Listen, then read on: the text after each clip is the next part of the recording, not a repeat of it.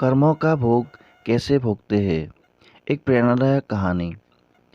एक गांव में एक किसान रहता था। उसके परिवार में उसकी पत्नी और एक लड़का था। कुछ सालों के बाद पत्नी की मृत्यु हो गई। उस समय लड़के की उम्र 10 साल थी। किसान ने दूसरी शादी कर ली। उस दूसरी पत्नी से भी किसान को एक पुत्र प्राप्त हुआ। किसान की दूसरी पत्नी की भी कुछ समय बाद मृत्यु हो गई।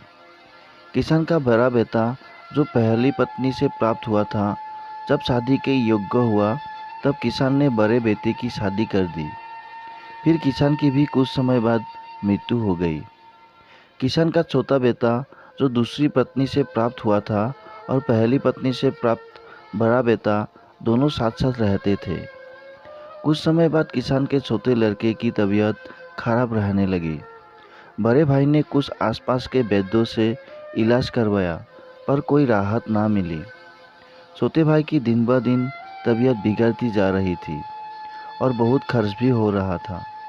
एक दिन बड़े भाई ने अपने पत्नी से सलाह की कि यदि ये छोटा भाई मर जाए तो हमें इसके इलाज के लिए पैसा खर्च ना करना पड़ेगा और जायदाद में आधा हिस्सा भी नहीं देना पड़ेगा।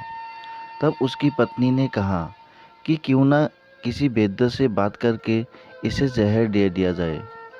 किसी को पता भी ना चलेगा, किसी की रिश्तेदारी में भी कोई शक ना करेगा कि बीमार था, बीमारी से मृत्यु हो गई। बड़े भाई ने ऐसे ही किया।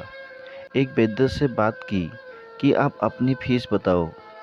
ऐसा करना मेरे सोते बीमार भाई को दवा के बहाने से जहर देना है। वैद्य ने बात मान ली और लड़के को जहर दे दिया और लड़के की मृत्यु हो गई। उसके भाई भाभी ने खुशी मनाई कि रास्ते का कांटा निकल गया और अब सारी संपत्ति अपनी हो गई। उसका अंतिम संस्कार कर दिया गया। कुछ महीनों पश्चात उस किसान के बड़े लड़के की पत्नी को लड़का हुआ। उन पति पत्नी ने खूब खुशी मनाई। बड़े ही लाड़ प्यार से लड़के की परवरिश की। कुछ ही गिनों वर्षों में लड़का जवान हो गया। उन्होंने अपने लड़के की भी शादी कर दी। शादी के कुछ समय बाद अचानक लड़का बीमार रहने लगा।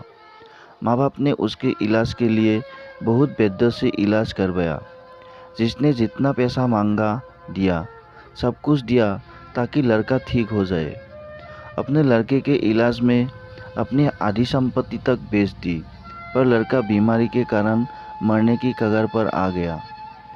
शरीर इतना ज़्यादा कमज़ोर हो गया कि अस्थि पिंजर शेष रह गया था। एक दिन लड़के को सरपाई पर लेटा रखा था और उसका पिता साथ में बैठा अपने पुत्र की ये दयनीय हालत देखकर दुखी होकर उसकी ओर देख रहा था। तभी लड़का अपने पिता से बोला कि भाई, अपना सब हिसाब हो गया, बस अब कफन और लकड़ी का हिसाब बाकी है, उसकी तैयारी कर लो। ये सुनकर उसके पिता ने सोचा कि लड़के का दिमाग भी काम नहीं कर रहा है बीमारी के कारण, और बोला, बेटा, मैं तेरा बाप हूँ, भाई नहीं। तब लड़का बोला, मैं आपका वही भाई हूँ जो आपने जहर खिलाकर मरवाया था। जिस संपत्ति के लिए आपने मरवाया था, मुझे अब वो मेरे इलाज के लिए आधी बिक चुकी है। आपकी शेष है, हमारा हिसाब हो गया। तब उसका पिता फुट फुट कर रोते हुए बोला कि मेरा तो कुल नाश हो गया। जो किया मेरे आगे आ गया, पर तेरी पत्नी का क्या दोष है जो इस बेचारी को जिंदा जलाया जाएगा।